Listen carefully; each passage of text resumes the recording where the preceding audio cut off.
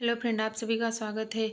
आज की कहानी में एक व्यक्ति था, उसकी पत्नी का देहांत प्रसव के इस दौरान ही हो गया था, परंतु किसी तरह बच्चा हो गया था। छोटा बच्चा माँ के बिना कैसे संभाला जाएगा, ये बहुत ही चिंता का विषय हो गया था। कई मित्रों व सगे संबंधियों के कहने पर उसने पुनः विवाह किया। बच्चे को नई माँ मिल गई, नई माँ की सार संभार करने लगी। बच्चे को लगा जैसे उसकी माँ फिर से मिल गई हो। कुछ वर्षों के बाद उस युवती को एक पुत्र हुआ। उसका ध्यान अपने नए बच्चे पर अधिक रहने लगा। धीरे धीरे उसकी दृष्टि में दोष आने लगा और वो पक्षपात से ग्रसित हो गई। अब उसे लगने लगा कि इस घर का वारिस तो वह लड़का ही, संपत्ति का हक इसी लड़के का है। उसे अपने पुत्र के भविष्य की चिंता रहने लगी है। उसने अपने पति को समझा बुझा के राजी किया और बड़े लड़की की पढ़ाई लिखवाई सब छुड़वा दी और घर के नौकर को भी हटा दिया। तब सब काम उसी लड़के से कराने लगी। बच्चे के ऊपर बहुत बड़ी विपदा आ पड़ी। अब वह कक्षा में ही दुनियादारी कक्षा में ही और था और दुनियादारी कुछ नहीं जानता था। उसे लगता था कि माँ ही सही हो किया होगा। सारा घर का काम करते करते उसका पूरा दिन बीत जाता था।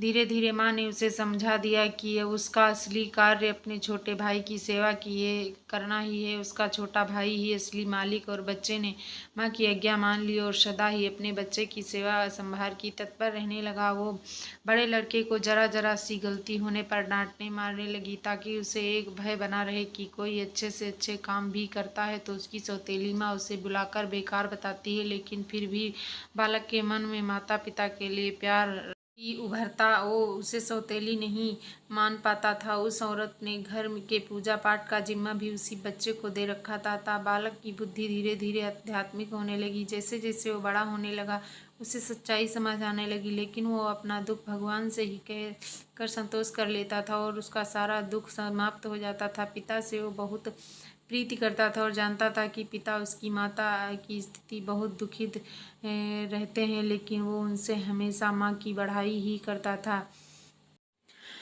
पिता का होना ही उसके लिए बहुत था, परंतु उसके पिता भी एक बीमारी में चल बसे। वो बिल्कुल अकेला हो गया। बस भगवान ही उसके रह गए। समय बीतने लगा और दोनों बच्चे बड़े हो गए। अब घर का सारा अधिकार सौतेली माँ के हाथ में था।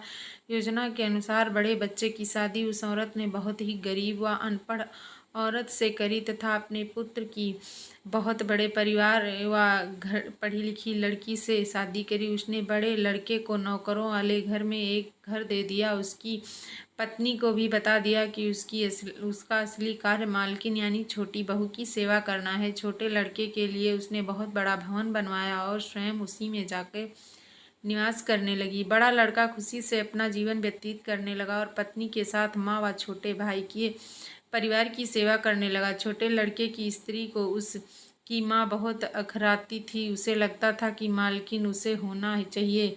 अब सास बीमार भी रहती और साथ रहने के कारण रात बिरात सेवा उस छोटी बहू को ही करनी पड़ती थी, जो उसे बिल्कुल नापसंद था। एक दिन पता चला कि सास को छूत की बीमारी हो गई।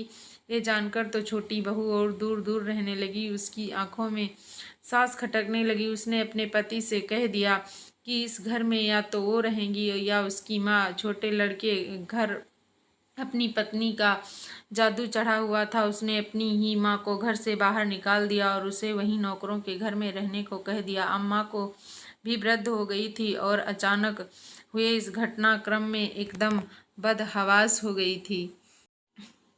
उसे अपने जीवन भर की पूंजी व्यर्थ जाती दिखी। वो ही अपने इस बेटे के ऊपर पूरी तरह निर्भर थी। उसने सपने में ऐसा नहीं सोचा था कि उसे लगने लगा कि अब उसकी सेवा कौन करेगा। उसने आत्महत्या करने का निर्णय ले लिया और गंगा जी में डूबने चली गई। बड़ा लड़का कहीं बाहर गया था और उसने कुछ पता नहीं था। वो एक घाट से गुजर रहा था। शोर सुना तो देखो कोई नदी में डूब रहा है। उसने भी छलांग लगा दी और जब बचा के लाया तो देखा कि ये तो उसकी ही सौतेली माँ है। जब सारी बात पता चली तो उसे वो बहुत दुखित हुआ और अपने पत्नी व माँ के साथ घर त्याग दिया। वह दूसरे गांव में रहने लगा। उसने अपने पत्नी के साथ माँ की बहुत सेवा करी और वो ठीक हो गई। वो लोग अच्छे से जीवन बसर करने लगे। यहीं भी एक हो दिन उसकी माँ से बड़ी बहू ने पूछा, माँ मुझे कुछ शिक्षा दे दो। तो सास की आंखों में आंसू भर आए। उसने मात्र इतना कहा कि बेटी तुम्हारा पति तो भगवान के समान है, शिक्षा तुम्हें उससे लेनी चाहिए। मैं तो इतना ही कहूँगी कि किसी को भी पराया नहीं समझना चाहिए और जीवन में किसी के साथ इतना बुरा मत करना कि जब वो तुम्हारे साथ भी फिर भी भलाई करे तो तुम्हारी आत्मा को गंवारा ना हो। हमारी वीडियो अच्छी लगी हो तो हमारे चैनल को सब्सक्राइब ज़रूर कीजिएगा और बेल आइकन को प्रेस करना ना भूलिएगा।